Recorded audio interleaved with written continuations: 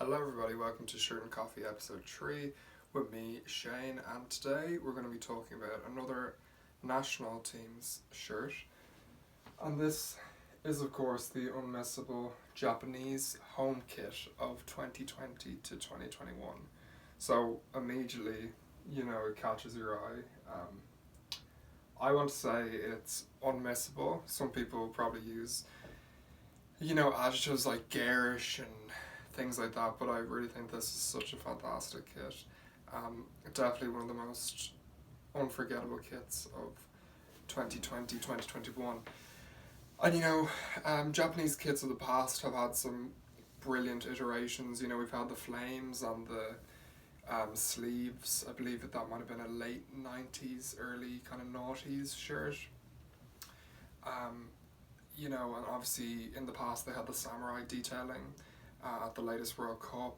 That was really, really well received. But this one is just that bit different to all the other ones that I've talked about. I got some kind of notes from Adidas themselves, and I just thought maybe it might be a good idea to go through them, and we can see a bit from their perspective what they were trying to go for with this. So, Adidas themselves said this was obviously based around the country's unique artistic heritage.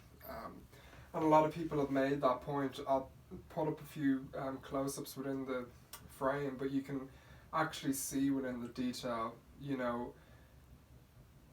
it's just this brilliant kind of vibrant colour we've got going on here. A lot of people think it's based off the Great Wave of Kanagawa, which is obviously one of the most famous paintings globally. People know it as the Great Wave. We've all seen that. People think you can see kind of wave formations within the pattern itself, and that was never official from Adidas. They saw it more as like a cloud kind of pattern, which is definitely visible in the sense that we've got all these different shades. These kind of nighttime darky blue kind of clouds. We've got white ones as well. We've got the wonderful crest, the Japanese crest. It's the three-legged crow. And I've just written this down so I don't butcher any Japanese pronunciation. But the three-legged crow is known as the Yatagarasu. I could be completely wrong on that pronunciation, but I believe that's the terminology they use in Japan for it. Obviously, it's a very kind of mythical creature, But yeah, Japanese kits as a whole, within the past, they had used kind of red and white ones, but there was actually a bit of superstition around that because they went out of the 1990 World Cup in Italy,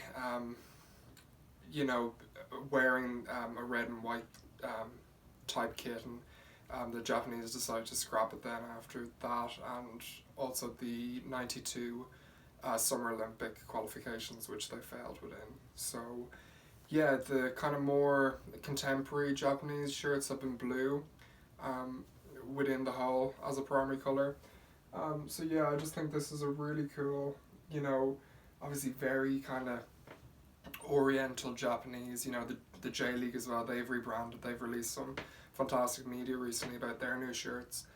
But it's just one of those things, Japan, it's kind of, there's still a lot of, unknown about the country. There's so much fascination with the J-League and these famous teams like Tokyo Verdy and Jeff United and all these teams. And a lot of people kind of have this cult affiliation with Japanese clubs. I don't actually own a J-League club's kit myself, but I think it could be really cool to get one in the future.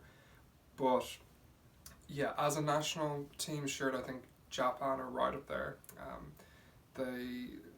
They just seem to have produced some unforgettable kits. Even their training wear, I think, the other day on Depop I saw this brilliant Japanese kind of sweatshirt, and football sweatshirts are really, really, well sought after thing at this present time. But yeah, really love this. This is the Japanese home shirt 2020-2021. And thank you very much for stopping by.